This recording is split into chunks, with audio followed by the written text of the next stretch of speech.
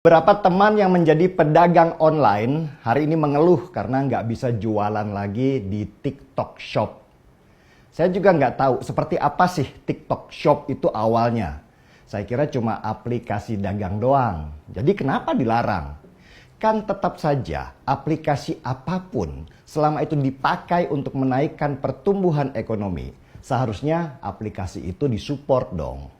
Apalagi aplikasi online seperti TikTok Shop yang membantu banyak orang mendapat rezeki dengan berjualan, lalu kenapa dilarang? Nah, yang menarik, sesudah banyak membaca sana-sini, saya baru tahu ternyata bukan hanya Indonesia saja yang melarang TikTok Shop ini, tapi banyak negara di dunia. Wah, ini pasti nggak main-main. Berarti aplikasi seperti TikTok Shop ini punya agenda tersendiri yang bukan hanya sekedar aplikasi untuk orang berdagang, tetapi lebih besar dan lebih berbahaya daripada itu. Sini, saya coba sederhanakan penjelasan kenapa aplikasi seperti TikTok Shop itu sangat berbahaya. Seperti namanya, aplikasi apapun, mereka menyerap data dari para penggunanya. Data itu bukan cuma data diri aja ya, tapi juga data kebiasaan kita. Apa yang sering kita beli, apa kebutuhan kita, apa yang kita suka, dan sebagainya, dan sebagainya. Dan ketika data itu sudah dikumpulkan oleh si pembuat aplikasi seperti TikTok, yang sudah pasti pembuatnya dan servernya itu ada di luar negeri.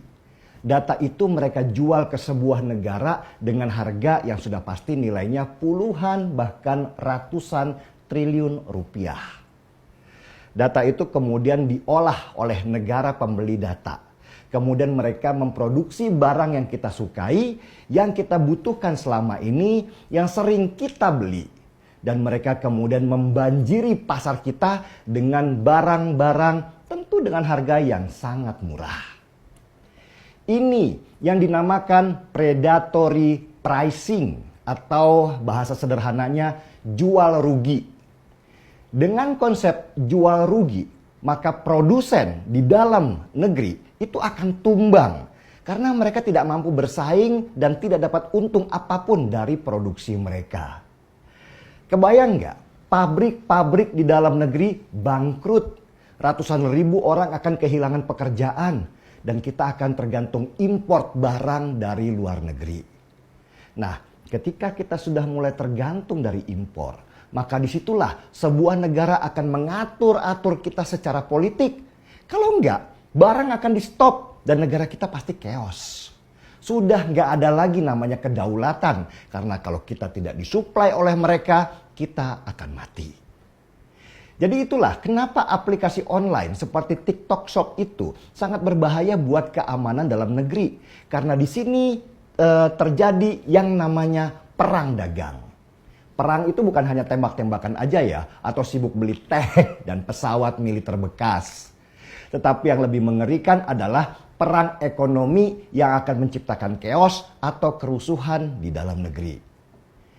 Itulah kenapa pemerintah di suatu negara seperti di negara kita Indonesia perlu banget untuk melindungi industri dalam negeri kita, juga UMKM, supaya ekonomi kita itu tetap stabil dan penduduk Indonesia bisa saling produksi dan membeli di dalam negeri.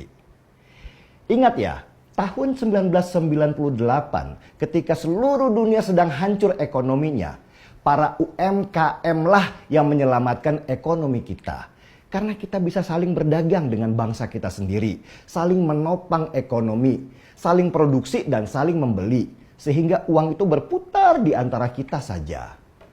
Begitu juga ketika masa COVID 2 tahun lamanya yang menghajar kita dan seluruh negara di dunia tutup dari impor dan ekspor, negara kita masih bertahan ekonominya karena UMKM itu.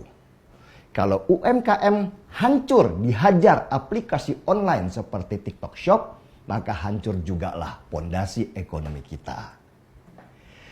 Jadi teman-teman yang sempat dapat untung karena perdagangan di online, gak perlulah mengeluh sekarang. Karena kita harus berpikir bagaimana kita ini gak hancur di masa depan. Sekarang lagi dibikinkan regulasi-regulasi untuk menghidupkan industri dalam negeri dan membuat kita semua aman. Lagian, seorang pengusaha beneran itu nggak tergantung dari apapun karena dagang adalah darah mereka, passion mereka. Pedagang beneran pasti akan bangkit lagi dan menemukan titik keseimbangan baru dengan beradaptasi. Kalau pedagang dadakan yang cuma dapat keuntungan karena instan, lebih baik mulailah mereformasi diri dan menemukan passion baru yang mungkin malah jadi rezeki bagus kalian di masa depan.